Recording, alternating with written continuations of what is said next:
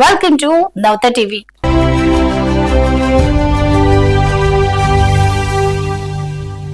అయితే దేశవ్యాప్తంగా సంచలనం సృష్టించిన నీట్ పేపర్ లీక్ వ్యవహారం కేవలం విద్యా రంగానికే పరిమితం కాలేదు.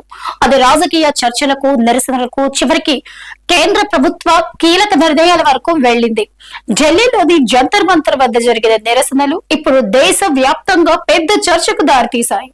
ఈ ఉద్యమం నీట్ పరీక్షల్లో జరిగిన అక్రమాలపై చర్యలు తీసుకోవాలని డిమాండ్ చేస్తూ ప్రారంభమైంది. సిజెపి వ్యవస్థాపకుడు అభిజిత్ దీప్కే పిలుపుతో వందలాది మంది జంతర్ మంతర్ వద్దకు చేరుకుని నిరసనలు చేపట్టారు. విద్యార్థులకు న్యాయం చేయాలని, పరీక్షా వ్యవస్థలో పారదర్శకత తీసుకురావాలని వారు డిమాండ్ చేశారు. అయితే ఇక్కడే అసలు వివాదం మొదలైంది. సోషల్ మీడియాలో వైరల్ అయిన అనేక వీడియోలు, ఫోటోలు ఆధారంగా జంతర్ మంతర్ వద్ద ఉన్న వారంతా నిజంగా నీట్ అభ్యర్థులేదా అనే ప్రశ్నలు వినిపించాయి. నీట్ పరీక్షకు హాజరయ్యే విద్యార్థుల వయసు సాధారణంగా 17 నుంచి 20 సంవత్సరాల మధ్య ఉంటుంది.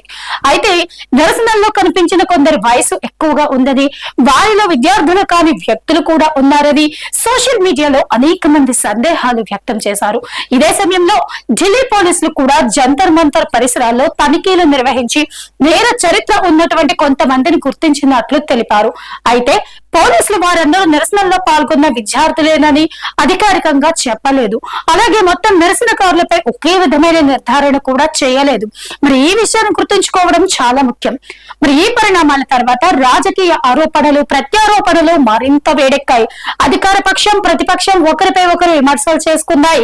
ఒకవైపు నిరసనలు విద్యార్థుల న్యాయమైన డిమాండ్ల కోసం జరిగాయని ప్రతిపక్షం చెబుతుండగా, మరోవైపు ఉద్యమంలో ఇతర వ్యక్తుల ప్రమేయంపై అధికార పక్షం ప్రశ్నలు లేవనెత్తింది.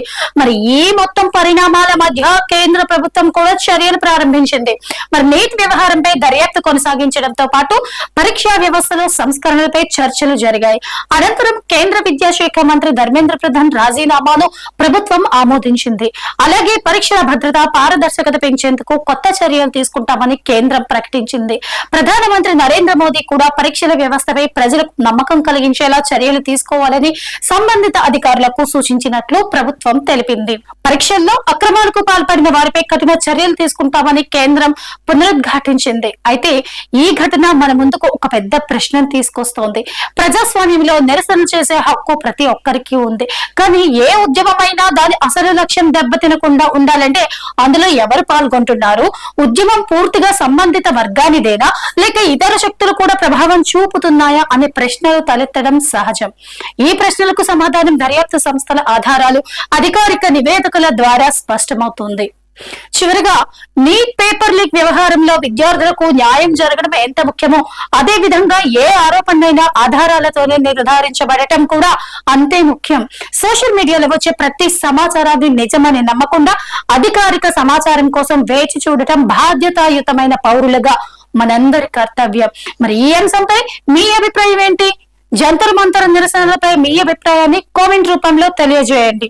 ఇలాంటి విశ్లేషణాత్మక వార్తల కోసం నవత టీవీని సబ్స్క్రైబ్ చేయండి. Thanks for watching.